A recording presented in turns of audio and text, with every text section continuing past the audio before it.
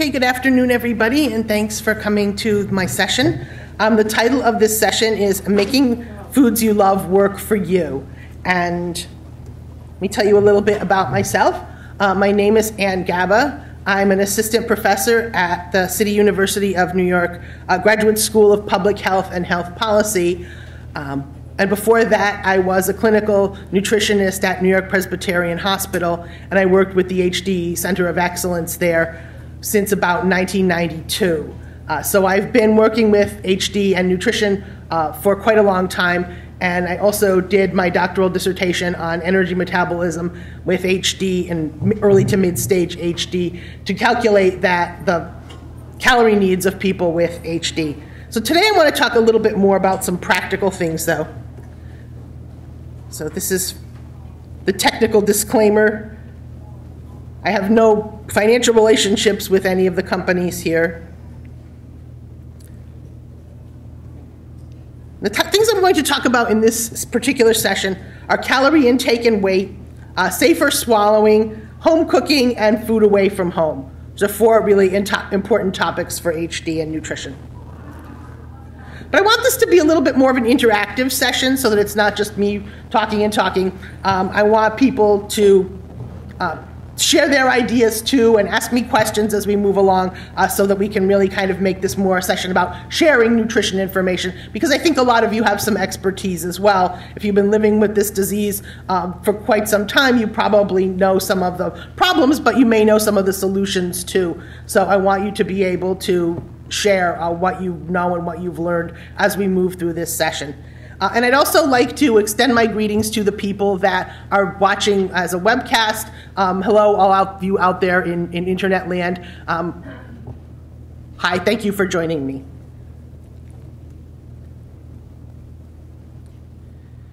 So calorie intake and weight is our first topic. And this is a nice high-calorie dish that I took a picture of with some ice cream and fruit. Looks tasty. Now, from clinical experience, a lot of people say that maintaining a slightly higher than average weight, or sort of a chunky weight, at about 10% higher than what's considered ideal body weight, is best for people with HD. That it seems to help them with their functional capacity, with their movement, with being a little more stable on their feet if they're a little bit heavier. And also, if they have a bad turn and they end up being sick for a while and eating less, then having that little buffer of extra weight can be beneficial for them too. If someone is losing weight, it means they're not eating enough calories. And many of the various eating problems with HD can interfere with your calorie intake. So some things to do to add some calories, or you can add sauces to foods. You can add gravy. You can add whipped cream. Who doesn't like whipped cream? All right, so what are some other people's favorite things to add for calories? Chocolate? Chocolate's great. Yes? Vanilla. Vanilla syrup or vanilla ice cream? Vanilla ice cream. Yeah, vanilla ice cream's great. Caramel. Caramel? Avocados. My favorite is avocados. You've got some healthy fats and they're soft. You can put avocados in a smoothie. Yes, another thing. Apple juice. Apple juice? Apple juice is not that high in calories, but I suppose it's higher calories than water or some of the alternatives.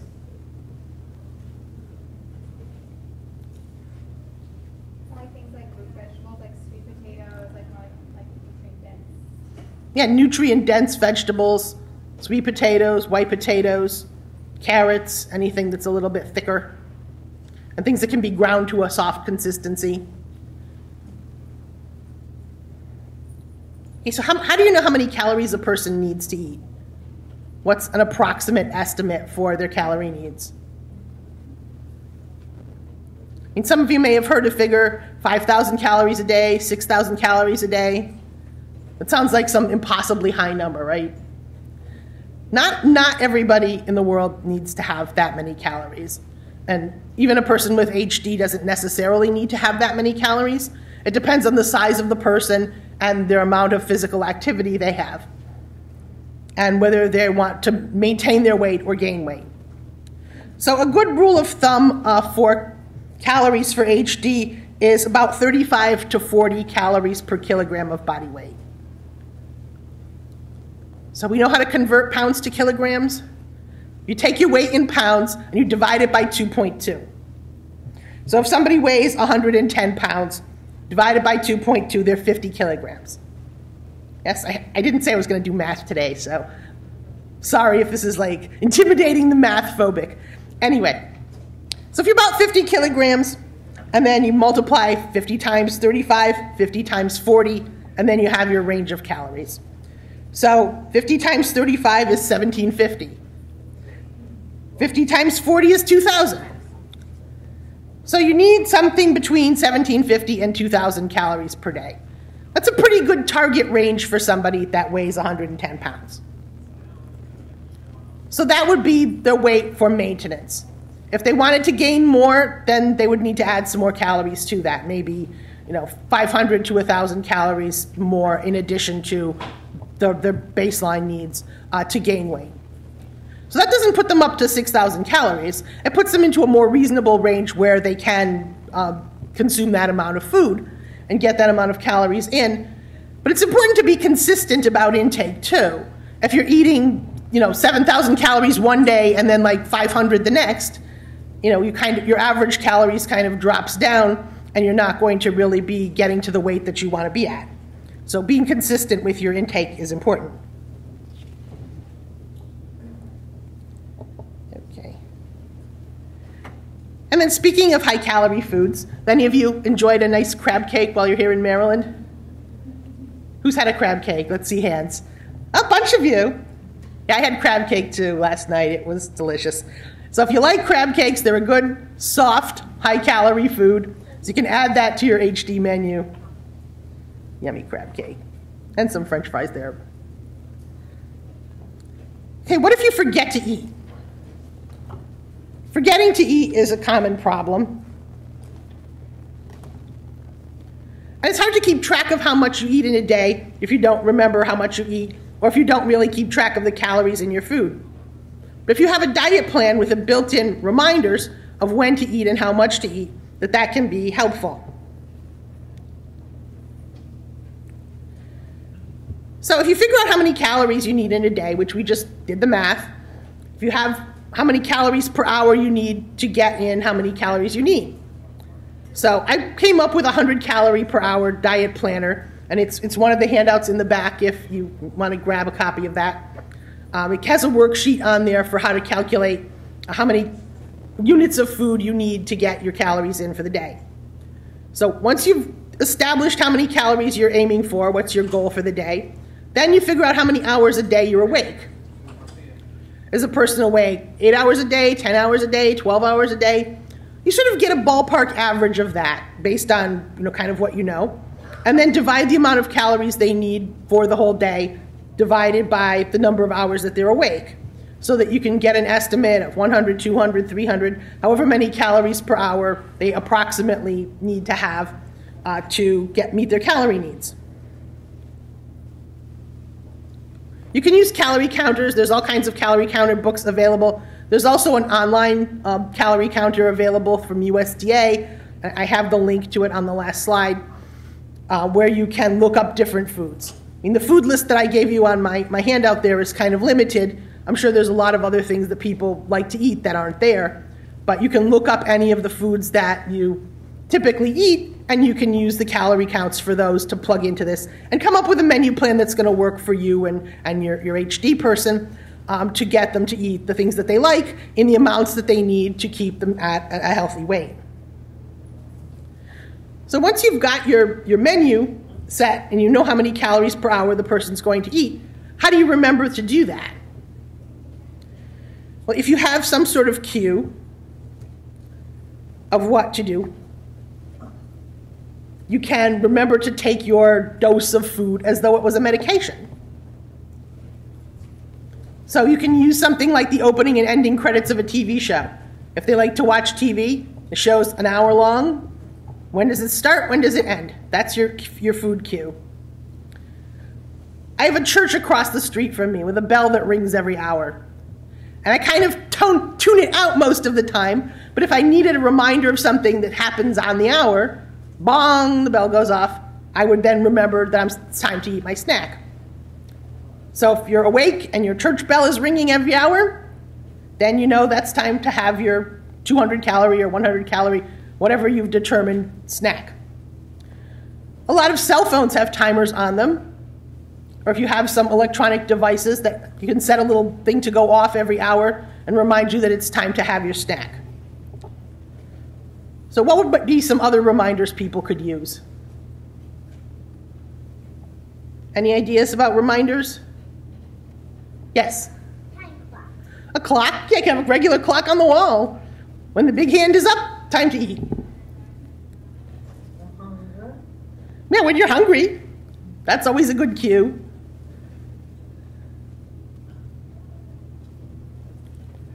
Okay, anyway, you could look for things in your environment wherever you live or whatever's around you that's going to work for you to remind you that it's time to have your snack. And then you have all of these 100, 200, 300, whatever the size snacks are, prepared and ready to go. So when it's time, you just do that. They eat their snack, and then they have the rest of the hour without anybody bugging them to eat. Some people complain that they spend their whole day with everybody saying, eat, eat, eat, eat, eat, and trying to get them to eat all the time, and they don't have any time to do anything else. Or they can't think about anything else except trying to eat. If you have your snack, you've eaten your calories for the hour, you're done. So it's kind of a good way to improve your quality of life a little bit. If you want to think about things other than food, you get it out of the way and move on. I just wanted to skip back for one thing. This was the division, the math for 2,400 calories. If you're awake for 12 hours in the day, then you need to eat 200 calories per hour. So I just wanted to quickly explain this little bit of math that I did here to come up with that estimate. But this would work for any amount of calories, any amount of time. Okay. Okay, so now that we've talked about calorie intake, I wanted to just touch on swallowing issues a little bit. I know you're going to have a speech and swallowing person talking in this room after me, but a lot of the things that interfere with people's ability to get in enough calories pertain to their swallowing issues. So I wanted to just touch on that a little bit in my talk as well. One important thing is to keep consistency consistent. If you mix solids and liquids in the same bite, it's easier to choke on the food because you have less control of your swallowing. Also, if you have something that's really crunchy and something very soft in the same bite, you don't want to mix different consistencies on the same spoonful. So it's just easier to swallow things if it's all the same texture. So you can be like a little kid and like eat all of your vegetable first and then eat all of your entree and then eat all of your other vegetable, whatever's on your plate. Eat all of one thing first and then all the next thing and then all the next thing. And pretty soon you ate everything. No choking. Make adjustments for problem foods. If there's something that you like but you're having a hard time eating it, there's all kinds of mashing and smashing devices that you can use to get the consistency of the food to where it's good for you and keep it on your menu. Also, it's good to plan your family meals so that with foods that everybody can enjoy so that you don't have to keep changing things. And cooking a separate meal for your HD person and then a separate meal for everybody else. It just is a lot of extra work and it's a hassle.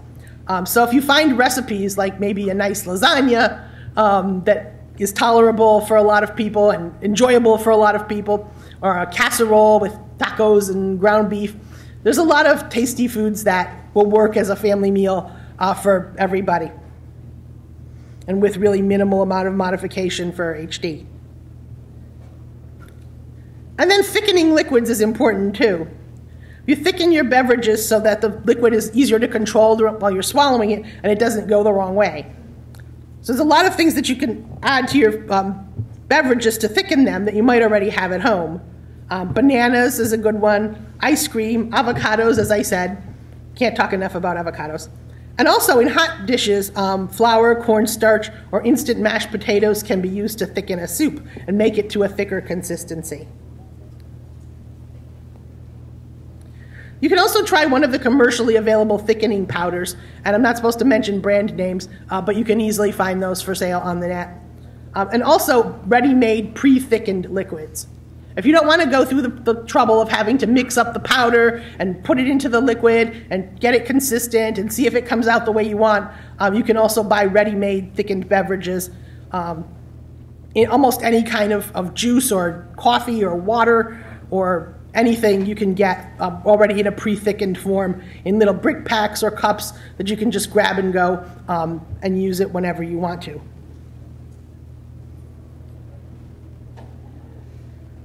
And now, a little bit about home cooking. This is a recipe that I made myself. It's a butternut squash soup with ginger and walnut oil that I made when I had a lot of butternut squashes last fall. And a nice thickened soup that's made from a vegetable like this is very good. It increases your intake of vegetables, and it has a nice consistency to it. And then if you want to add a few extra calories, a little drizzle of walnut oil over the top of it goes very nicely with squash or carrot or any of the yellow or orange type vegetables. It adds a good flavor, and it adds some extra calories too.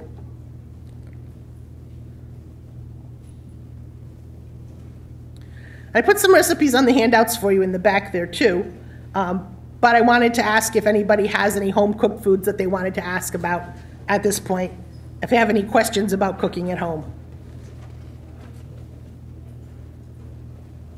Yes? In terms of tolerance and edibility, Italian food is really great for that. Also, Mexican food, Indian food has a lot of soft entrees in it. A lot of the ethnic foods that have like casserole type things or mixed dishes that can be mashed up easily, that can be made to a soft consistency. You can vary the flavors and just use whatever the person likes to eat. But yeah, Italian food is great for that.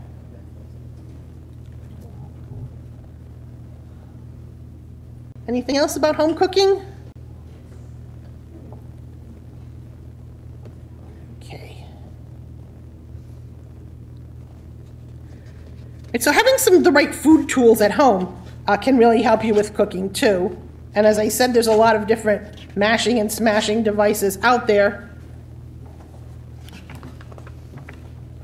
But I wanted to talk a little bit about my favorite toy. This was something that I got for my birthday last year, and I was amazed that I had lived without it for this long. And that's the Immersion Blender. Yes? Lego. Legos? I if Legos would help you with cooking. I suppose you could make food models out of them. You said favorite toy. Oh, your favorite toy. Oh, yes. Legos are a great toy. I meant a kitchen toy. This is my favorite toy, is the Immersion Blender. And it's great because if you're making something hot, you don't have to scoop it out, put it in the blender, blenderize it in the blender, then pour it back into a pot. And by the time you've done that, it's gotten cold and you have to reheat it. If you have an immersion blender, you can just drop it into the pot, mix it around. It blenderizes everything to a nice smooth consistency really fast. And it rinses off, and then you can just go to the next thing and get all of your foods blenderized really quickly and easily. So if you go home with one message from me today, it's get yourself an immersion blender, and it will make your life a lot easier if you need to be mashing up your food. And it makes things a nice soft consistency. It's good for soups and vegetables and those kinds of things. Okay. So if you're not going to cook at home, you get food away from home. Because it's tight. So you need to plan and be prepared and take along any food products that you need from home. So like if you're buying the pre-thickened beverages in the little brick packs or the little juice cups and you want to take those with you so you have your thickened beverage with you at the restaurant, then pack a little doggy bag with you to bring your things with you that you need. Also, almost every restaurant these days has their menus online. So if you look up the restaurant online, you go to their webpage and look at their menu, and see what kinds of things they have available that would be good for your HD person. And see if it's a menu that's going to be HD friendly. And if they have things with the different combinations of meals, don't be afraid to ask them if they can mix and match for you, if they can make substitutions, if they can put together a meal for you from the different things that they have on their menu. So if you make a plan ahead, that's always a good idea. Also, if you go during times when they're slower, during an off-peak time when they're not so busy, they might be also more willing to accommodate you and put you someplace where you'll be comfortable and help you with your meal and get everything the way you like it. So don't be shy about special orders. Definitely, you've got to make your needs known, and most places are very willing to accommodate you because they want to keep your business. Call ahead if you want to and talk to the chef or the manager and see what they can do for you as far as modifying their menu to meet your needs. If you're somebody who prefers to eat a lot of finger foods, sometimes the appetizer menu is a better choice, and you can get like 2 or 3 different combinations of appetizers that you're easy to eat with your fingers, and sometimes that is just the better choice. Also, being a regular client at a local eatery can be a great benefit for you. If you have like your special place in your neighborhood where you always go, if they know you and they know your name and they know what your needs are already, then when they see you coming, you're their regular steady customer, they're going to want to be more willing to accommodate you too. So all of these kinds of things can help you plan for eating away from home. So what are some people's favorite things to eat away from home? What kind of places you like to go to? Steakhouse. Steakhouse might be a little tricky because steak is a tough thing to eat if you need it modified. But maybe a burger or something that's softer would be a better choice at a steakhouse. But they probably have a lot of good side dishes too, and maybe some finger foods in their appetizer menu. French fries. French fries. French fries are like the ultimate finger food. Everybody eats them with their fingers, and they're easy to get down. If they're a little bit hard to swallow, if this person needs to get something that's softer, maybe you go for like tater tots or then mashed potatoes. And there's different consistencies of potato that are available. Also, something like a scallop potato with cheese and cream would be a lot more calories. So if they have something like that on the menu, that would be a good choice. What else? Pizza?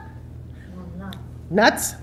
Nuts are a little hard to deal with when you have swallowing problems because they're small and easy to choke on. But a nut butter could be a very good substitution and get some of that flavor in, but also use it to add calories to things. You can make a nut sauce and put it on like a Thai-style chicken satay or something, or you can put it into a shake.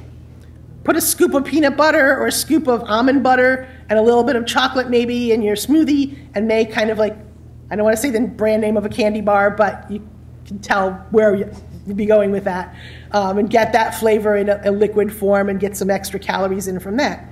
So you could get the nut flavors in that way if you really like nuts. And somebody else said pizza. A nice deep dish pizza with a lot of toppings on it. You could chop up the toppings very small so that they're easy to eat, and then just kind of use the crust as a holder and pick it up, to get the toppings off of it that way.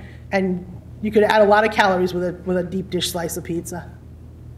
Pizza toppings are good, and cheese adds a lot of calories too. You love pizza. I think a lot of people love pizza. All right. So I'm hearing a lot of people love pizza.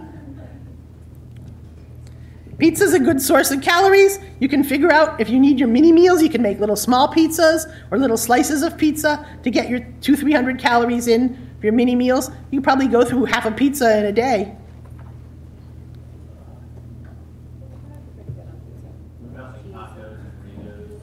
Tacos, burritos, Mexican style stuff is very good. You might want to open it up and just eat the inside filling if the wrapper is too challenging. Or also if you need something to pick up with fingers, then those are very easy to eat with fingers. So it kind of depends on your need there. But you can add a lot of calories in a Mexican place too with sour cream or guacamole. Just pile those toppings on there and it's soft and smooth and adds a lot of calories.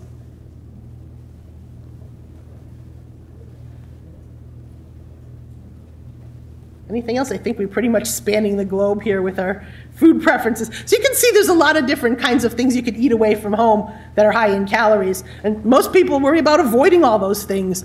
But with HD, you get to go in there and load up at the Fixins bar and get all of your toppings on and add your extra calories.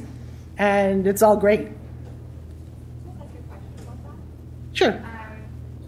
We're talking a lot about calories, but what about like the value of foods that are more have like more nutritional density? With regards to nutrients, like the effects on the brain of eating like healthy whole foods versus eating empty calories, how that will affect someone like cognitively. Okay. Let me jump off on a little tangent here then. I gave you guys my review article. I did a review article on brain healthy foods, just generically for all different, across the spectrum of brain health, things that have been studied as being pertinent to brain health, and fish and seafood being one of the top things. So if you like fish and seafood and you can incorporate that into your menus in any kind of way, that's a good brain healthy food. Olive oil is another one. The Mediterranean type diet seems to be good. Berries and fruits, especially blueberries, blackberries, the sort of the dark colored fruits, seem to be beneficial. So you want to mix those into your smoothies or use them to top something. Those can be potentially beneficial for brain health. Yes?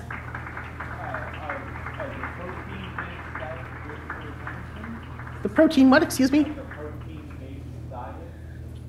You mean like a paleo diet? High protein? Well, you certainly need enough protein to meet your calorie needs.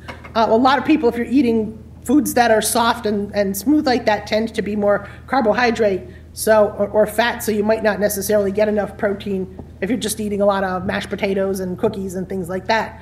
But like fish and chicken.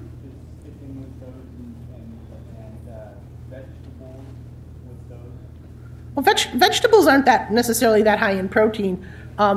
Fish and chicken are good, and if you're somebody that's having a hard time getting enough food in and you want to add some kind of protein, you can add powdered milk to mashed potatoes or milk or other foods to try to get up the protein content. There's protein powders and shakes and various things that have extra protein in them.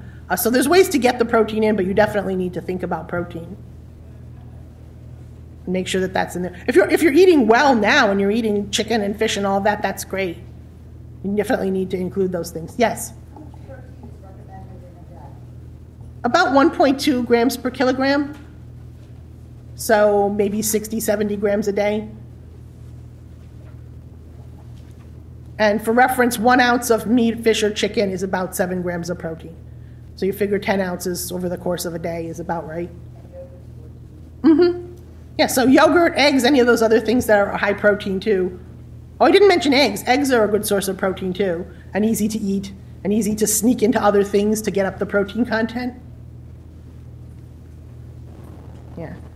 Yeah, and also some of the other calorie adding items that you can mix into your foods that I didn't mention earlier. You can add walnut oil, as I said, with the soup, is a nice healthy fat that you can mix into things. Sesame oil is a monounsaturated fat that adds a lot of flavor. If you like Asian style food and you want that flavor, you can put some sesame oil on. Peanut oil, another more Asian style foods, you can add that as a calorie booster. Avocado, I said about 10 times. Avocado is great for that. Coconut oil or coconut milk adds some calories and is a healthier kind of fat. So you don't necessarily have to eat all ice cream all the time to get your calories in. There's different ways to do it. It kind of depends on what the person wants to eat and what flavors they like and kind of use what works for you. Okay, beans are a good source of protein. If they're loose, just whole pieces like that, they might be a little difficult for somebody to eat if they're having problems with swallowing. They're kind of a chokeable food. But if you mash them up or puree them or make a bean soup or maybe hummus or something like that that's soft and easy to eat, then they would be great. Yeah, they're high in fiber too. If you have problems with constipation, something like that added to the diet can help.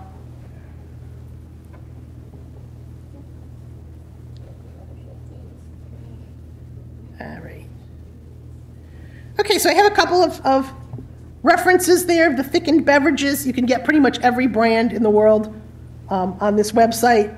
And then the USDA Foodopedia has nutrient information on just about any kind of food that you could think of. If you want to look something up on there, if it's not on my lists that I gave you, You can go to Foodipedia and just type in the kind of food that you're interested in, and it'll tell you how many calories per serving and some of the nutrient information about that particular food.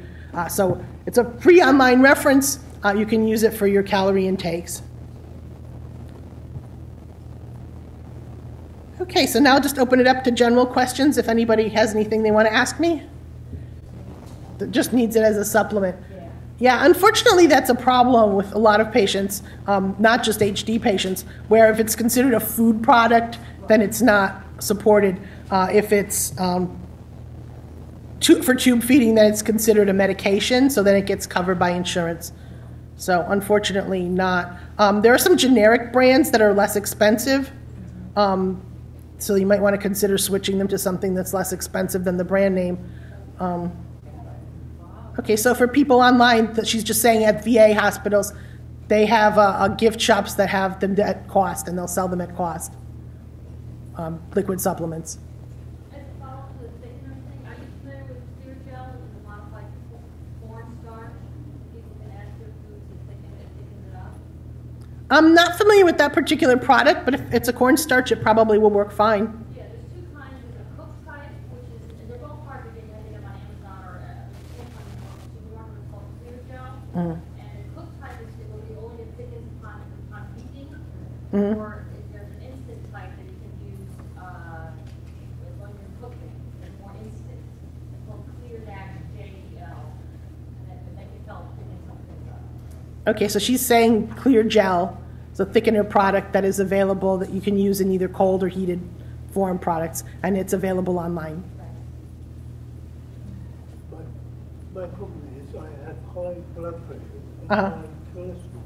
So all the things that would make it easier for me to gain weight, I can't do.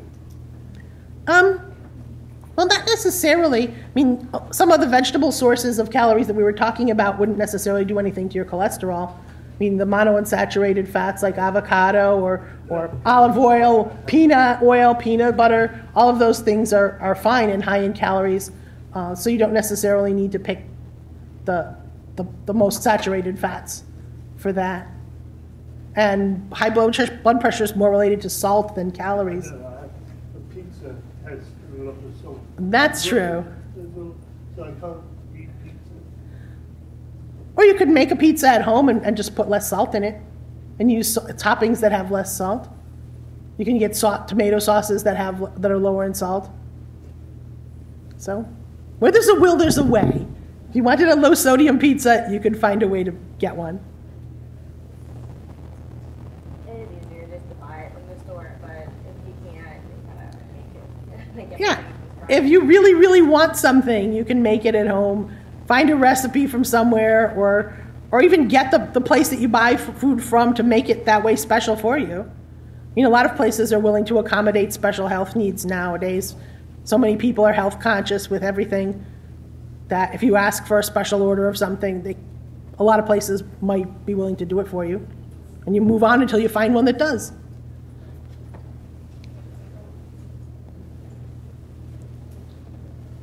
Any other nutrition questions, comments, thoughts? Mm-hmm. Okay, so just to repeat what she said for the people watching online, she was saying that as a substitute for a commercially based liquid supplement, she soaks nuts and then grinds them up and makes them into a smoothie. And her mom has gained weight and stabilized her weight using that and adding hemp protein powder to it. So again, things that you make at home, you can customize it for exactly what you want to have in there. And whatever your problems are, you can usually work around them with modifications to a recipe. Yeah, preparing a dish for breakfast the night before. I'm making the oatmeal with fruit, or as he said, or anything that's pre-cooked, and then just have it ready on hand. Saves time, it's easier. And yeah, the more things that you can do independently, the better. Plan, prepare. Organize, and organize some more. And the more you have things planned and organized, the better off you're going to be.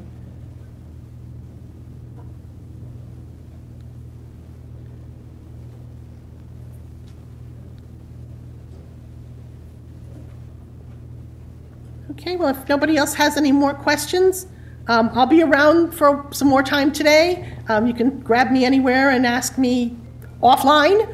And I guess we'll conclude this session, and thank you all for coming.